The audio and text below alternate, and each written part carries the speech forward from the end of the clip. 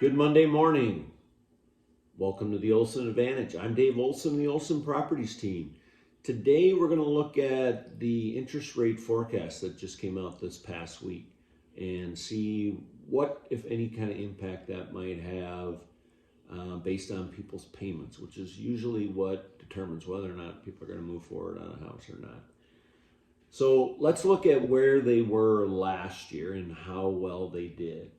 Again, this is a group of economists that each year makes predictions. On the low side, a little over 4.5% was the prediction for 2022, with about 7% being the high side for the year. So obviously, the pessimists prevailed last year.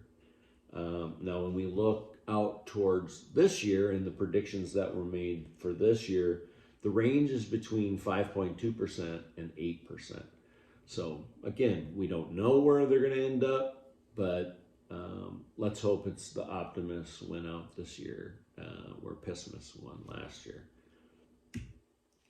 So more importantly, let's take a look at how the interest rates currently are affecting payments, which is affecting purchase power.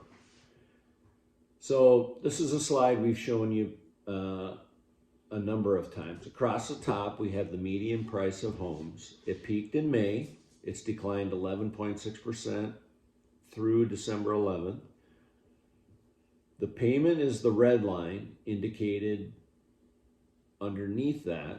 And again, that peaked in October and has declined slightly since. So even though the pricing in May was the peak, the pricing per month was not the peak. Interest rates has what's continued to ramp that up.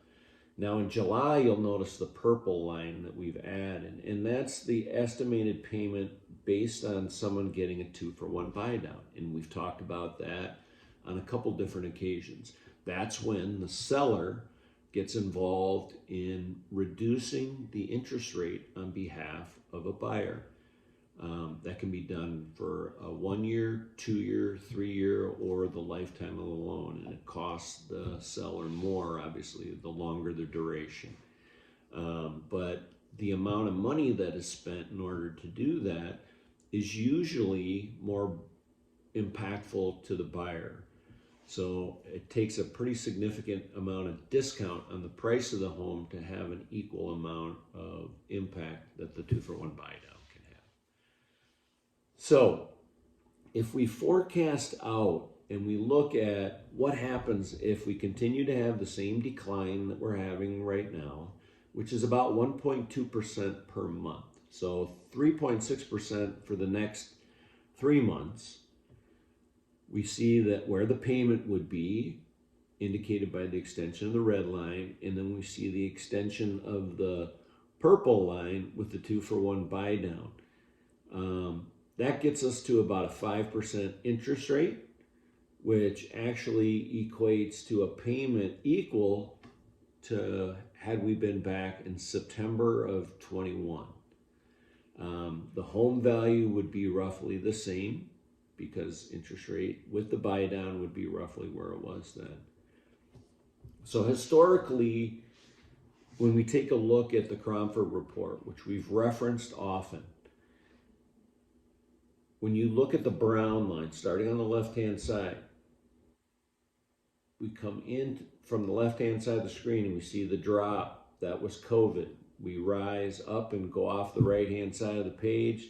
It forms the blue line up at the top.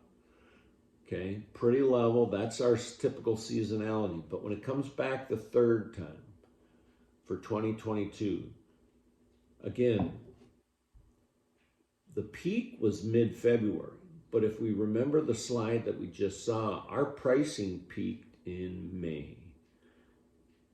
Okay, so the indicator basically forecasts what's coming. And then we see the slide that occurred from basically the end of March up until now. Now, when you look, we're basically running right over the top of 2010. If you remember what the market was like in 2010, this is 2 years after we hit the, hit the bottom, so to speak, in the market.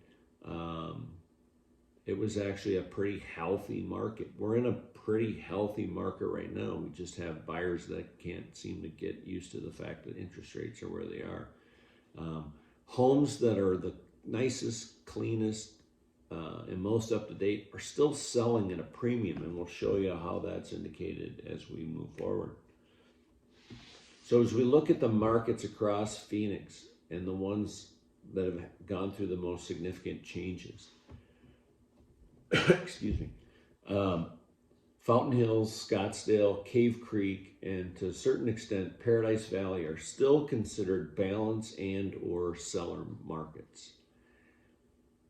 The mild buyer markets are Chandler, Phoenix, Glendale, Gilbert, and Tempe, and then stronger buyer markets are Surprise, Peoria, Mesa, Avondale, and then the strongest would be Goodyear, Maricopa, Queen Creek, and Buckeye.